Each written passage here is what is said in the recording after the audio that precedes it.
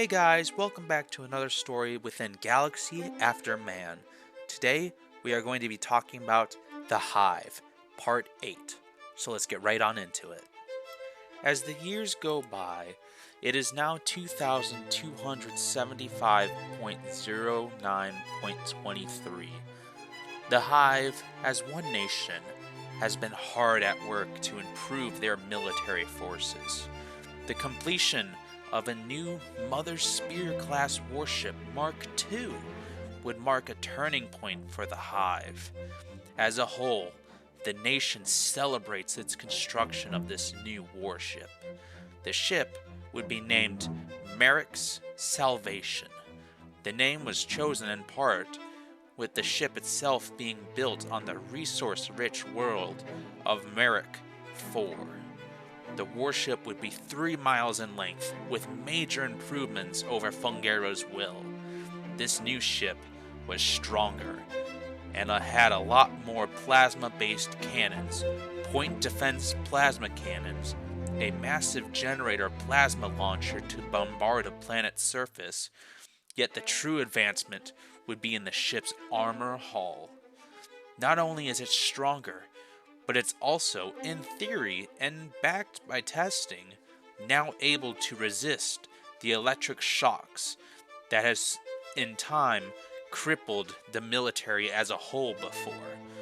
So this ship may be able to sustain power and continue fighting even as all other power sources crash. Along with this, there would be the inclusion of the first true military-grade shielding, able to resist physical and plasma-based attacks to a very high degree. And finally, other improvements would be the most advanced communication equipment and faster-than-light technology, so they can go even faster than any ship before.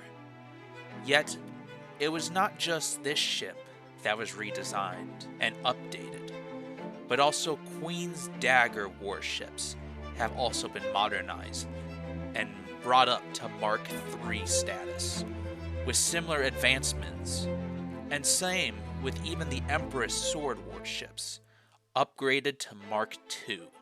The Hive's military fleet would grow in size and power unlike any time before, with every world within the nation working hard to improve their might.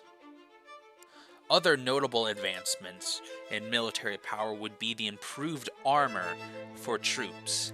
The common armor for each troop would be relatively the same, and not much variation, as Warrior Armor Mark I would not have very much flexibility in it. But with Mark II, the fungus-based armor weaved plates would be reinforced with titanium, able to help resist physical, bladed, or plasma-based attacks.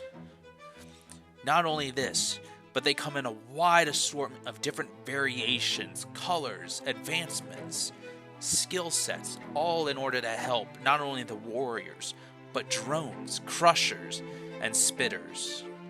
With this concept of war being modernized, tanks, for the first time, would be mass-produced. Tanks have been created in ancient history for the Hive, in relatively basic uses, but never took priority as crushers naturally filled that role. So updated tanks that can easily surpass even emperors would now be created on a massive scale. Known as Fungero's Stompers Mark I, this tank would not have wheels like past designs, but rather 3 complex and strong legs. This was chosen to allow the tank to move through the thick swamps of planets, rocky terrain of ice worlds, or whatever environment they may find themselves in. The armor of the tank is very strong, made of titanium and designed to resist electric shocks, so once more, in theory, they can remain operational even if energy waves shut down all other power. This tank stands at a height of 32 feet tall and supports 2 small spike turrets and a single large plasma cannon. This main cannon can rip right through even starship hull armor, and this tank is controlled by a single driver. While the whole hive rejoices in its achievements in military advancement, it would be widely agreed that a sense of sorrow and even pain would be felt within the nation. The fact that they must now build up their military might to defend themselves, and worst of all, maybe even battle and stain this beautiful galaxy with unnecessary bloodshed, would draw the heat bugs into a feeling close to depression. Yet another feeling would be felt: anger. Anger would be a prime feeling felt within the nation. The whole reason for this army even growing in size would be because of the galactic community itself. Countless other species for years mock and make fun of the hive, and even threaten to invade if the hive so much as simply talks too much about justifying the fact that they have souls and are people of culture rather than mindless demons like most other species portray them to be.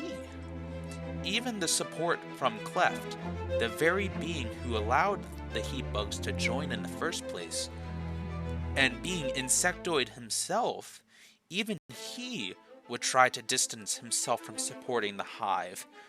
While Senator Plactus has made small achievements and prevented outright war with other nations, he has been able to stop the many restrictions, but however, many would still affect the hive. Many sanctions and restrictions placed on his nation, the hive, would be truly crippling. The hive is only able to claim 65 star systems in total. That is defined as hive space, so they can do whatever they want within their borders, but the heat bugs are forbidden to expand anymore. Period. Only 42 of the 65 star systems have habitable worlds, and they are already nearly fully colonized by the hive. While there is still plenty of room to grow for new hive cities, new queens, and new empresses, the plenty of room of these worlds would start to dwindle. The idea that one day they will hit a limit and be trapped like animals within their own nation would be a fact that worries all. While science ships would be brought into museums, as there really is no longer any need to explore new systems with these sanctions placed on the hive, they would be more or less simply relics of a golden age of the hive. However, the most horrible discovery in history would be made not by the science ships, but by Senator Plactus. During a senator party, one of many that were held, for the first time, the Heatbug Senator was invited and allowed to partake. During this time, Plactus would not just surprise, but shock many other species at his kindness and easy nature, but most of all, his sense of kind and funny humor. At these parties, there are countless luxury-grade foods from across the whole galaxy, all shared and given to party members. Yet, this would be where the discovery was made. As Plactus talks and laughs with a new friend of his, this new friend would offer the Heatbug Senator a white cracker with some purple honey on it. The realization was instant as soon as Plactus tasted the sweet, rich, and flavorful honey. This was Heatbug honey. But how? But why? Even more to his horror was the discovery that there would be slices of toast with Heatbug royal jelly spread across them, most of it still shining with pink glow, showing it's fresh. This would be outrageous, and the whole hive would be furious. How did they gather this stuff? ha- as the Hive would have never traded with any other nation, let alone trade their most prized resource, their most important resource to their entire culture, heat bug honey and heat bug royal jelly. Questions would burn almost as much as anger, but it was as one species decided, this is the final straw. At the very next Galactic Senate meeting, Plactus would take to the floor and voice not just his frustration, but anger of his whole nation at the fact their most valued resource is being traded without them even knowing.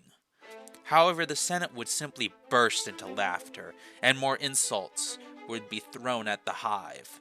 Many would claim that it is not made by heat bugs, of course not, but rather it is gathered from a non-sentient species known as buggies, from a world within the Imperial Provider Co. territory, the leading supplier of all luxury foods within the whole galaxy. This would only anger Plactus, resulting in him explaining his point in a way so clear and so detailed and with such passion, with even proof, that many species who laughed would fall silent and have no choice but to believe the Hive.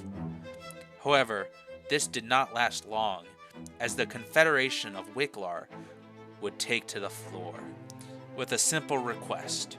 The senator of the nation would ask for permission to declare war on the Hive. This was not the first time he has asked to do this, as over the years he has asked over and over again.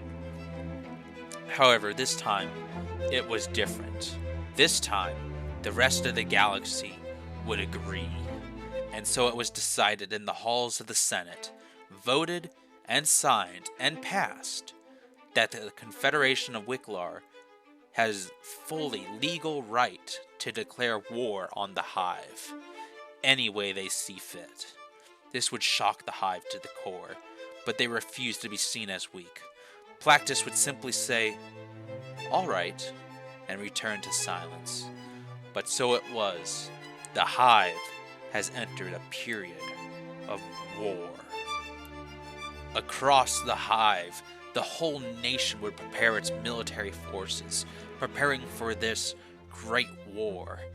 Fleets would form in defense formations over every world in the Hive, down to every city, and within every tunnel there would be guards stationed, and the military would be on full alert.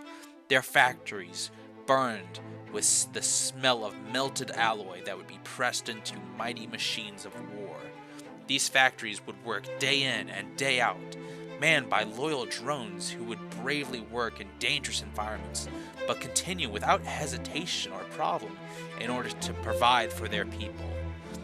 Great warships, tanks, and fighter craft would be constructed on military bases across the Hive. Warriors from every Hive city would be armed and trained further. The spark that has been lit in the hearts of the Hive, a spark of unity and the determination to overcome any danger that has been with their people since they can first remember, has turned into a roaring flame.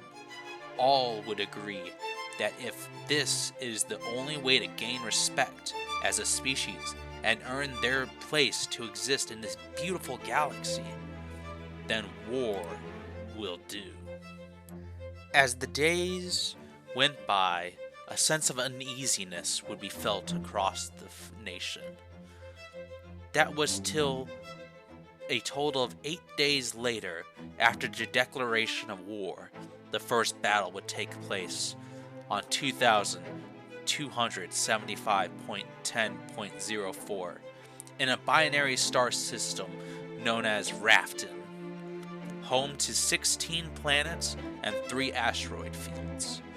The system has no habitable worlds, but would be the site of massive mining and countless factories harvesting the system's endless amount of valuable metal wealth.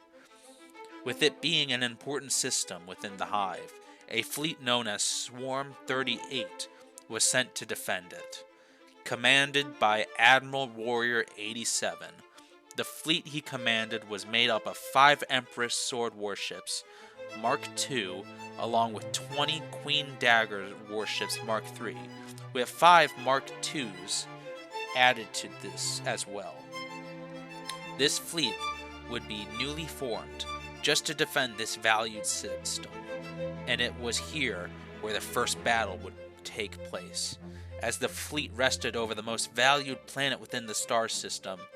Known as Rafton B5, the rocky, barren world would be home to endless mining efforts and would be the single most important world within the entire system, one that needs to be defended.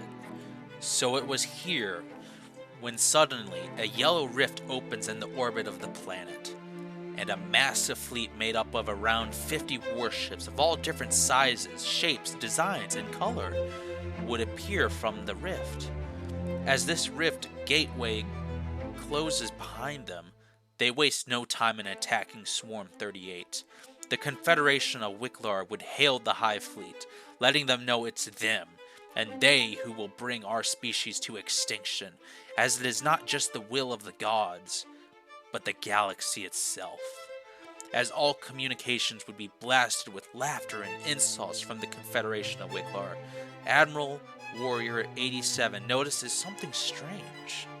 This battle that has only gone on for 3 minutes, while a brutal 3 minutes at that, the enemy did not have weapons or shielding or even tactics more advanced than the Hive itself.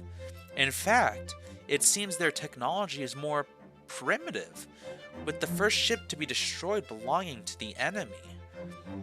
And as the battle rages on, swarms of fighter crafts from the Hive, backed with advanced tactics and endless numbers, would inflict massive damage to even the largest enemy ships.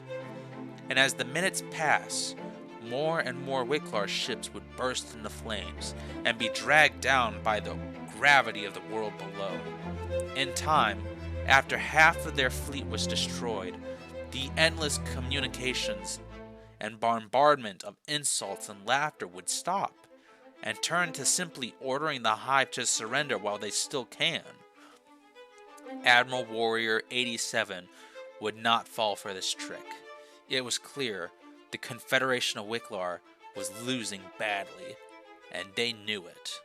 While a few warships from the Hive would be lost, with even the capital ship damaged, the battle was over within 6 hours, and it was an overwhelming victory for the Hive. All enemy ships would be destroyed. However, it would soon become clear that the battle that was just won was only merely a scouting party. Within an hour of the end of the battle, with little time to reorganize its forces appropriately, more rifts in space would open, and hundreds of warships poured out of the yellow portals. The battle would be resparked, with no time really for the Hive to recover, yet Admiral Warrior 87 and his crew would not be afraid. This was their moment to show not just their enemy, but the whole galaxy that the Hive's might and glory was untouchable and can't be harmed by enemy states. So as the enemy entered range of fire, space itself would seemingly melt and be warped by the sheer amount of plasma fire from both sides. And it was here, named the Battle for Rafton, where the Hive will declare to all that this galaxy is meant to be free, and that all species have the right to exist in it. While this battle rages on, and hope slowly grows, a new feeling of uneasiness strikes the Hive, as even more yellow rifts open, and countless more enemy ships flood into the battlefield. But still, Admiral Warrior 87 would simply say, "It's a damn good day to fight for freedom."